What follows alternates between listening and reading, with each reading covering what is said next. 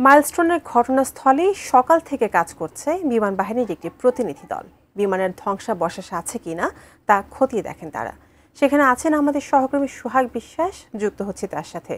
সোহাগ, এর আগে আপনি আমাদের যেমনটা জানিয়েছিলেন যে বিমান বাহিনীর একটি বিশেষ দল সেখানে পরিদর্শন করছে, তারা বিভিন্ন জিনিস খুঁটিয়ে দেখছে। তারা কি কোনো ব্রিফ এর মধ্যে করেছে কিনা, সর্বশেষ কি তথ্য আপনার কাছে আছে তাদের এই পরিদর্শন প্রসঙ্গে? রয়েছি সেটি হচ্ছে মাইলস্টোন স্কুল অ্যান্ড কলেজের ভেতরের একটি কক্ষ। এখানে যদি আপনি একটু দৃশ্যটা দেখেন তাহলে আসলে বুঝতে পারবেন যে আমি কোথায় আছি। ওই দিন বিমান দুর্ঘটনায় প্রাণ হারিয়েছে এখন পর্যন্ত ৩৫ জনের বেশি।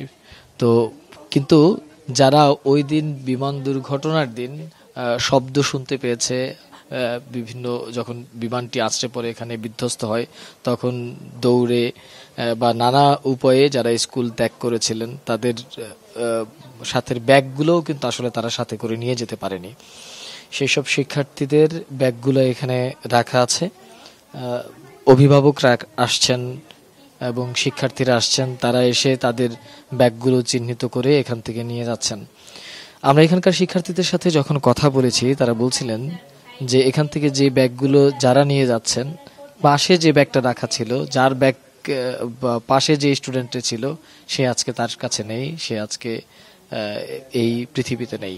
আসলে এটি একটি হৃদয় বিদারক ঘটনার সাক্ষী এই ব্যাগগুলো।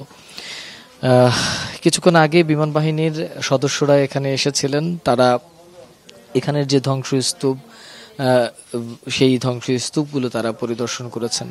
এর বাইরে বিমান বাহিনীর সদস্যরা তারা বিমানের যে ধ্বংসাবশেষ রয়েছে সেটি তারা পরীক্ষা নিরীক্ষা করছেন, কোনো ক্ষতিকারক রাসায়নিক আছে কিনা বা কোনো ক্ষতিকর কিছু রয়েছে কিনা যেটি শিক্ষার্থীদের জন্য বিপজ্জনক, সেটি তারা আসলে নিয়ে গেছেন। এর আগের বুলেটিনগুলোতে আপনাকে সেই বিষয়টি দেখাবার চেষ্টা করেছি। এখানে শুধু বিমান বাহিনী না, কিছুক্ষণ আগে সেনাবাহিনীর সদস্যরা এসেছিলেন এবং এখন পর্যন্ত আইন শৃঙ্খলা রক্ষাকারী বাহিনীরা রয়েছেন। স্কুলের যে প্রিন্সিপাল, তার সাথে আমরা কথা বলেছি, তিনি আমাদেরকে যেটি জানিয়েছেন, যদিও সেটি তিনি ক্যামেরায় কথা বলতে রাজি হননি, তিনি আমাদেরকে জানিয়েছেন আগামী 2 আগস্ট তাদের যে স্কুল সেটি তারা খোলার সিদ্ধান্ত নিয়েছেন। এর আগে তারা যেটি জানিয়েছিলেন যে রোববারে স্কুল খুলবে, এরপরে সোমবার এবং মঙ্গলবার 2 দিন ছুটি ঘোষণা করেছিল। সব শেষ যে তথ্য আমাদের কাছে আছে সেটি 2 আগস্ট তারা স্কুল খুলবেন, তেমনটাই আসলে আমাদেরকে জানিয়েছেন। আসলে এখানে একজন শিক্ষার্থীরা আসছেন এবং তাদের আসলে ব্যাগগুলো নিয়ে যাচ্ছেন। এই ঘটনাগুলো আসলে কিভাবে দর্শকদেরকে আমি বর্ণনা করব জানি না। আসলে মোটামুটিভাবে মাইলস্টোন স্কুলের এই মাঠ থেকে এখনকার চিত্র আসলে এটাই।